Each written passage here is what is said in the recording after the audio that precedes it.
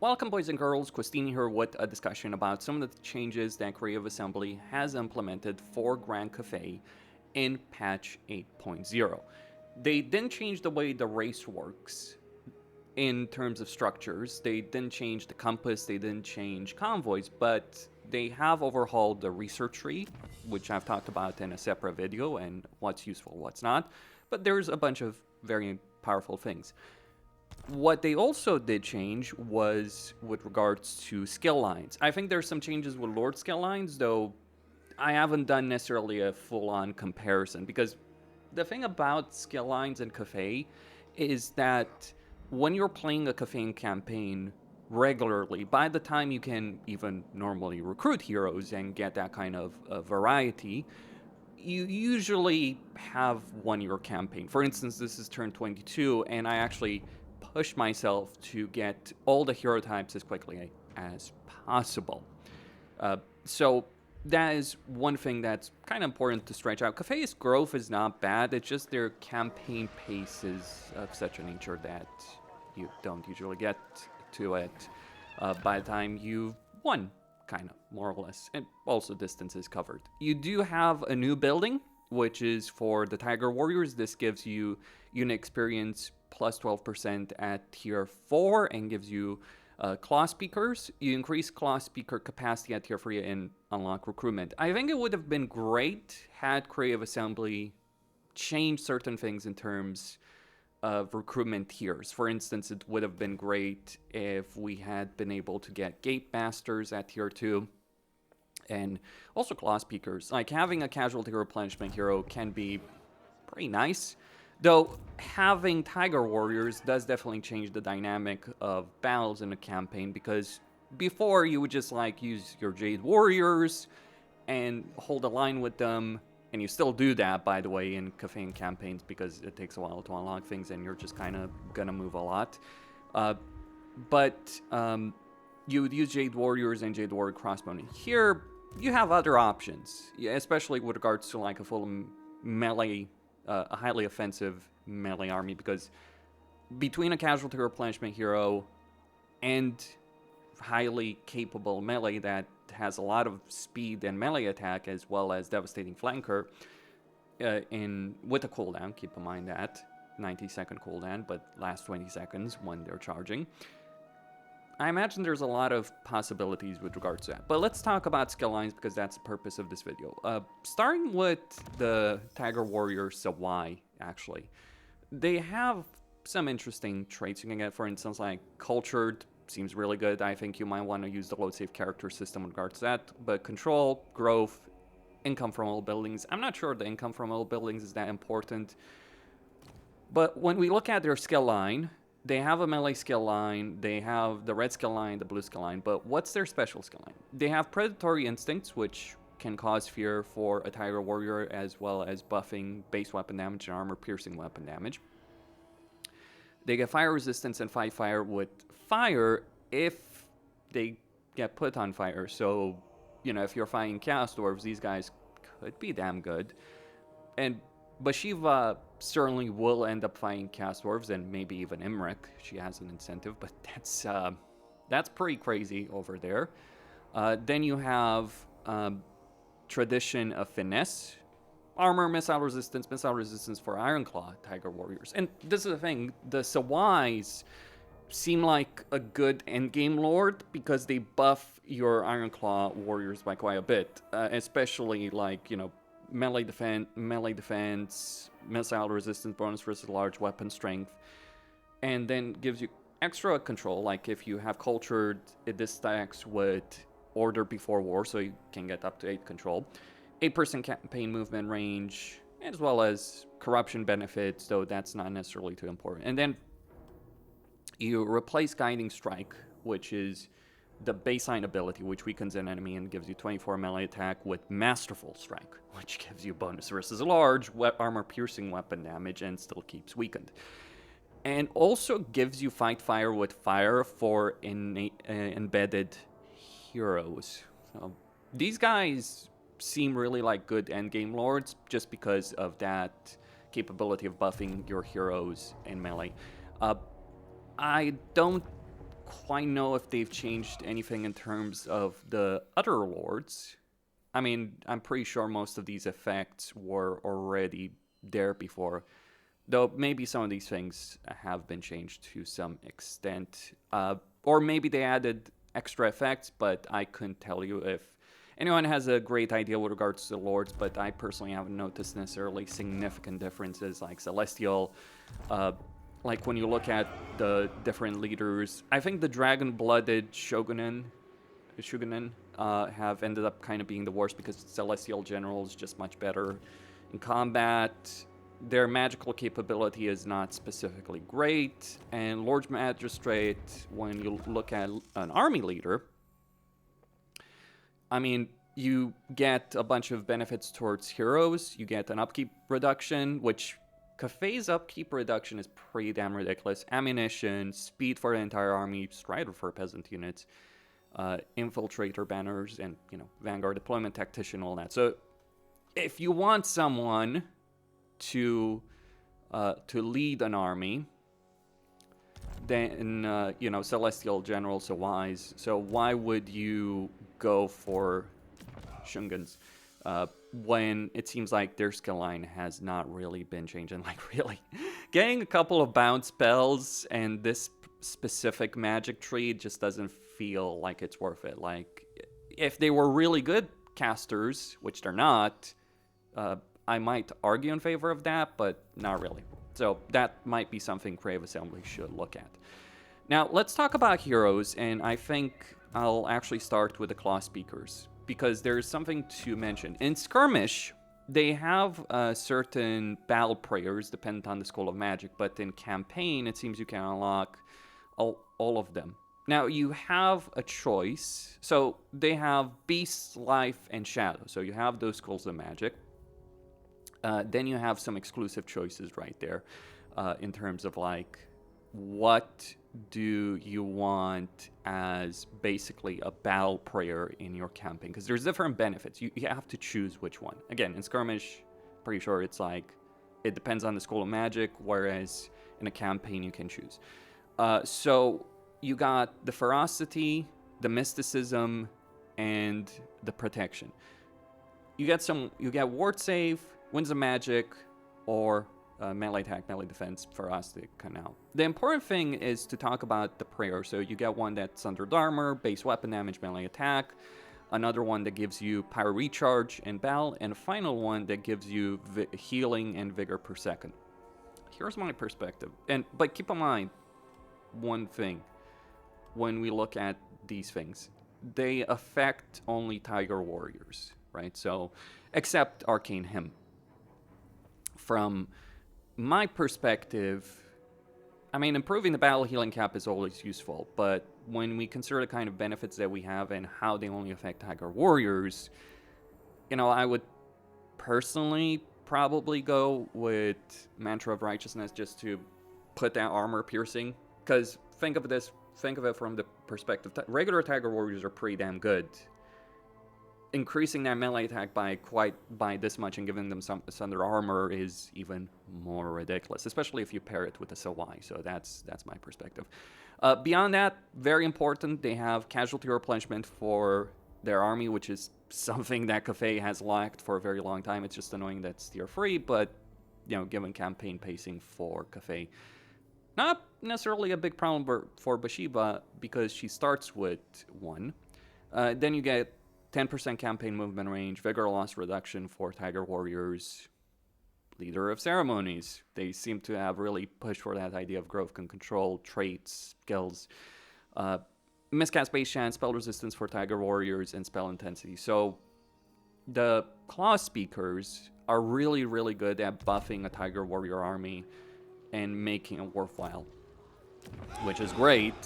Because, you know, if you're going to go for Tiger Warriors, you're going to get Clawspeakers as well. Now, for other heroes, we can look at the Game Masters, and this has been quite a bit of a discussion, really, with regards to the kind of benefits that they provide. To be fair, I think they've always been kind of ridiculous, but they've amped it up by quite a bit. So, they still retain a melee ranged skill line, so you can get, Deadly Onslaught or, Wall Veteran. So you can really buff allies in range right there. Allies in range, cooldown of 25 seconds.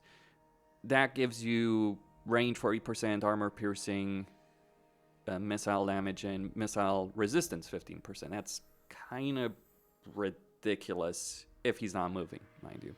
35-meter range, so it's not going to affect your entire arm, but a couple of units. But then and I think this is where they've made quite a few changes. So you got Bulwark of the Gate and Bastion's Defenders. And each of these you can get, both of these you can get. So, armor or melee defense immune to flanking for allies in range, if we're looking at an augment. But then you have the choices of both these two skill lines. You also have Tactician, Warhorse, Will of the Dragons. So, yeah, Shogun's not really useful.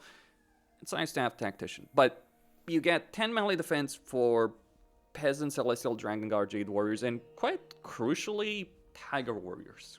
It's kind of interesting. In all the tooltips that I look in skills, they call them dual axes. But in the actual recruitment tab, they're just called Tiger Warriors. So this used to be a higher upkeep benefit, but that melee defense is, I would say, not necessarily so substantial as one might think for regular Jade Warriors. I mean, regular ones. Bear in mind that, right? But where I would say it is ridiculous is not so much with Jade Warriors. Obviously, Celestial Dragon Guard is a very different affair, though. And I'd say it's crazy when you compare it with, when you add all the benefits with Tiger Warriors. Though, here's the thing. You also have reduced upkeep. And I'm not sure, I have a lot of items. There is also this specific ancillary that reduces upkeep by 8% for Jade Warriors and Jade Warrior Halberd units. So you already have a fairly substantial upkeep benefit. It's kind of a shame Xiaoming does not have any benefit for Tiger Warriors, except he does have a benefit in terms of improving their armor. So bear in mind that he just improves their armor overall, which is pretty damn significant when you think about it. The second choice is to reduce upkeep for your ranged units, and increase their missile strength and reload time reduction. To be quite blunt, depend on the army and the enemies you're dealing with. 12% reload time reduction for your principal ranged units is very substantial. But here's the thing. You can get a lot of big game masters in a campaign because you start with one. The building, you recruit them from that the tier gives you 1 capacity. Then you get extra 1 capacity for harmonic balance. So you're looking at 3. And then the victory condition, the short campaign victory conditions also give you plus 3 hero capacity. So realistically, you can actually have all these effects in an army. And then the final one is just oh, here's a 10% upkeep benefit with significant combat advantages versus assault actions and hero action cost. I'm like, yeah, this is not even a discussion. Guerrilla Guard is just worthless. Or only useful if you have a lot of them already buffing your army.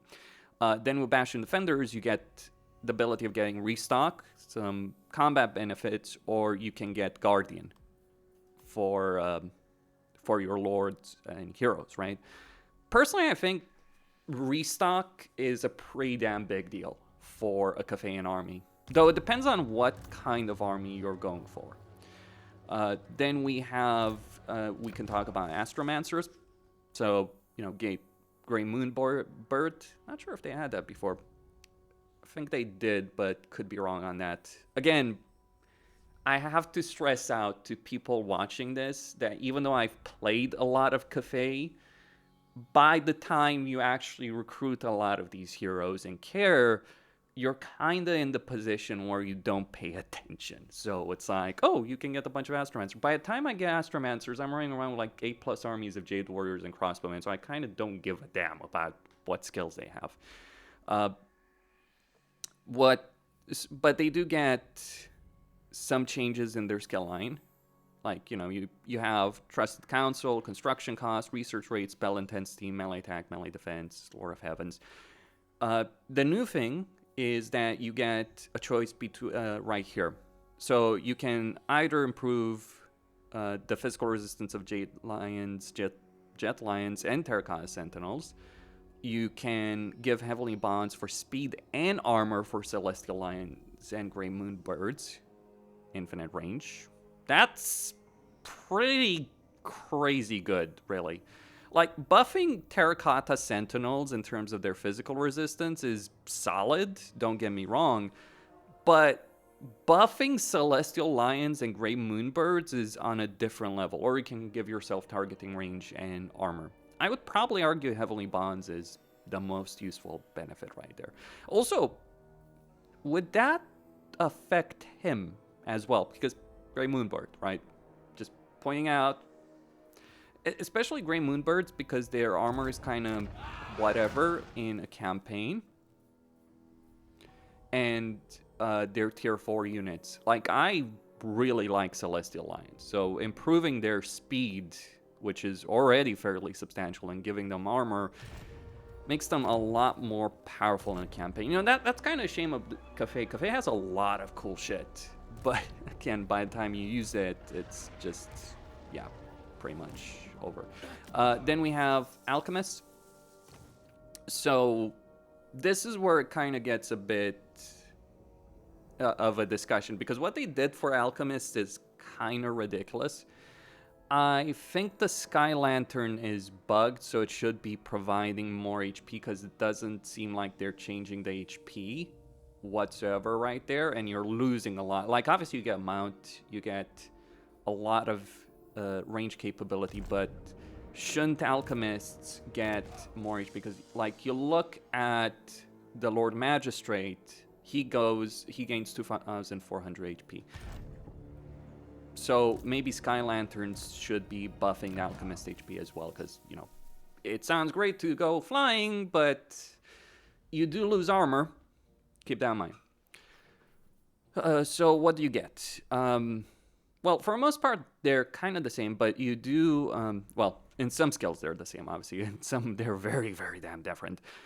So now you have Alchemist Enhancements, which give you melee attack plus 40 for one unit, and magical attacks for the entire hero army. So having magical attacks for an entire army is pretty damn useful. It's kind of a shame Xiao Ming, who is the master of freaking alchemy, does not have that, really. Because, he's kind of relaxed. But then again, he does already have substantial benefits, melee benefits for an entire army, ward save, or armor, warding iron, desert weapons, all that kind of stuff. So maybe they just figured he didn't need it. I don't think they made any changes to Legendary Lords in terms of their skills. By the way, they made changes to heroes, maybe to Lords to some extent. Then you have the ability of increasing the weapon strength or the armor of units in your entire army. So, but that's a choice. You can either increase mobility or you can increase armor or weapon strength. You can't have both. But if you get to the campaign movement range cap, like, usually I would definitely say going for campaign movement range is far better, because being able to get to the battlefield in the first place is far more important. Then you have a special skill line that's unlocked at level 12. All kinds of magical benefits. So, you can increase the armor by 90 of an ally in range, make them really durable, increase the range of a melee attack and range. So when you're looking at the Sky Lantern, you're looking at 165 range, so with 15% range. Then increasing ammunition, though not quite sure that's that important. But you can also make a unit count. You can make it, they get a potion of healing, and unit counts as both yin and yang for activating Battle Harmony. So those are the skill line changes for Cathay. I think there's some really good stuff, though people have talked about the power creep situation. Look, I'm going to be as blunt as I can be on the subject. I don't think it changes that much in terms of Cathay's campaign dynamics overall. Because, as stated, by the time you make use of these things, your campaign is effectively won if you play it decently well. And because you look at Xiao Ming's campaign, for instance, who's the threat? Well, it's basically Snitch. You defeat Snitch, no one's really going to threaten you except maybe Lokir, and depend on how that... And you have Gelt, you have Miao Ying if you help her out. Sure, there's Village, there's Eitan, there's all kinds of different possibilities on that subject, but that's just Yao Ming. Miao Ying has even more potential because you can kind of screw over Zaytan quite a bit with some diplomatic options. Though, dependent on the vision you get as Yao Ming, you can do so as him as well, like Confederate Imperial Wardens, get Zaytan to fight a war against Village, and GG well played, the Bastion is secure. That is my perspective on these kind of skill line changes. That's all I had to say. Costin signing out. Don't forget to subscribe, like, and enable notifications, and stay tuned for more.